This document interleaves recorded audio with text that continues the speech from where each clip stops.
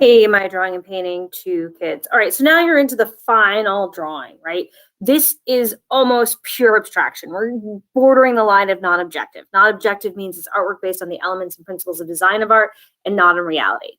But we want to keep some characteristic or some element from our creature, right? So with my lemur, when I was first sketching on those pages before, I thought it was going to be all about the ears. And then as I was working on them for these videos, I was like, oh, maybe it's about the shape of the eyes. So it's totally up to you about how you want to do this. One way is you can take your pencil, draw out like a whole design, you know, thinking about like, ooh, maybe if it's the ear shape that's so important, I'm going to make sure that I have like an ear shape. I should be using my ruler right now. And so maybe like there's an ear over here.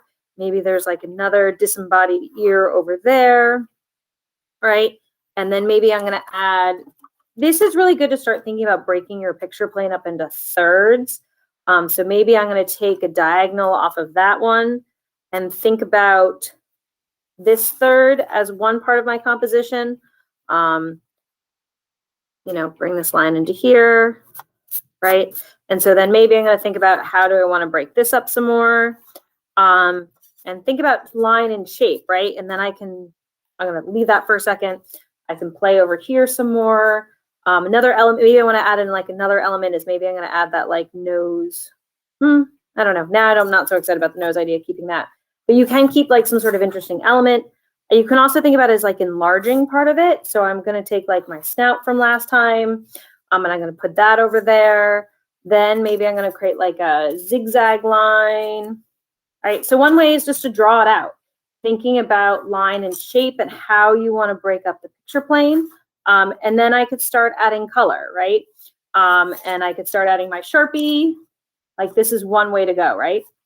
Another way to go, right, is if you don't want to draw it out first, is you could also look at the shapes that are important, right? And you could do this completely in collage. And then if you wanted to, as I said before, you could draw it out.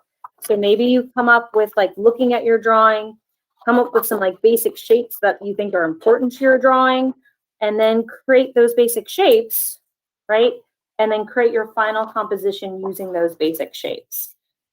So you can, at this last one, if you want to make this into like a complete collage, go for it. And if you're like, oh, I don't have colored paper, I'm pretty sure most people get like a free newspaper every week. So you can think about it as like the free newspaper, using that.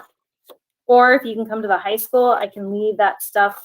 I can leave you a whole pile of stuff. Just let me know what you want, right? And then I could glue, I would need more, right? This is just some basic playing right now. And I could cut out all these shapes. I'm just going to cut a couple more, I guess. I could cut all these shapes out. And then I could also figure out how many shapes that I want. And then I could always, right, when I collage, one of the cool things about collaging is that you can play with stuff, right? Like I can say like, I can cut things down if I don't like what I'm doing. I kind of want to slide this underneath here, right? Ooh, I could have cut better, but we're just doing this quick just to give you an idea. So the cool thing is I can just play, right? Like before I do anything, I can play. So I could even make like a super abstracted lemur this way. Totally up to you how you do it. Like maybe this is the nose, and then maybe if I have like another square of blue, right? And sometimes students don't really like this part. That's okay. It's about practicing and trying something. And that if this is not like working super abstractly is not your thing, you don't have to do it again. It's just to try it, practice it, see how you like it, see if you don't like it.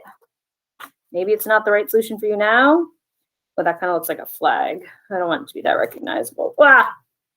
Sorry, my scissors are not doing what I want them to do. So maybe that goes in there. All right. And so you can just like play and just move all your pieces around until it feels right. So one way you can go about it is draw and then add the color with watercolor or marker if you have them. Pen, oil pastel. Oil pastel is hard with those edges and does not mix well with Sharpie. I also could decide that maybe some of these, like I put lines on it. I'm going to do it quick because I just thought of it, right? So you could also add texture that way. I could also, outline part of it or like one edge of it. really experiment, try something out, right? This one, there is no pressure to make it look like anything in particular. Just you want to make sure you have something, right? One element, two elements that are from that original drawing or the geometric. So you have something that makes us think of the lemur. So hopefully these instructional videos have been helpful. Please, as I said, please ask me questions, because that's how I know whether or not you're understanding what we're doing.